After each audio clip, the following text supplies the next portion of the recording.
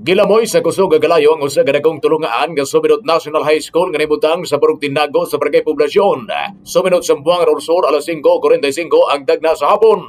Sa eksklusibong interview sa XFM Pagadian kang Fire Officer 1, Ayan Vincent Salasayo ang fire investigator sa Suminot Municipal Fire Station. Gibutyag niini nga 11 ka classroom ang naugdaw sa mga sunog o gideklara nga fire out. Alas 7 ang dagna sa gabi. Madod pa ni Salasayo dali nga meresponde ang mga personnel sa Suminot Municipal Fire Station uban ang mga fireman gikan sa kasikbit nga mga lungsod sama sa Mitsalib, Dumingag, Mahayag, Bulabi, Ramon Magsaysay, Aurora ug ang Provincial Disaster Risk Reduction and Management Office. Gumikan kay giisa sa ikaduhang alarma ang sunog nga mitala og 3.4 milyones ka pesos nga damyos. Gidugang pa sa investigador nga walay natalang patay o samaran sa insidente. Gumikan kay sa mao nga oras ang gwardiya na lang sa mao nga tulungaan nga si Eduardo Mamawi ug iyang kaubanan ang nahibilin sa maong tulungaan. Sa pagkakaroon pa rin pa ang investigasyon sa Suminot Municipal Fire Station aron masutang hinungdan og kadaot sa maong sunog.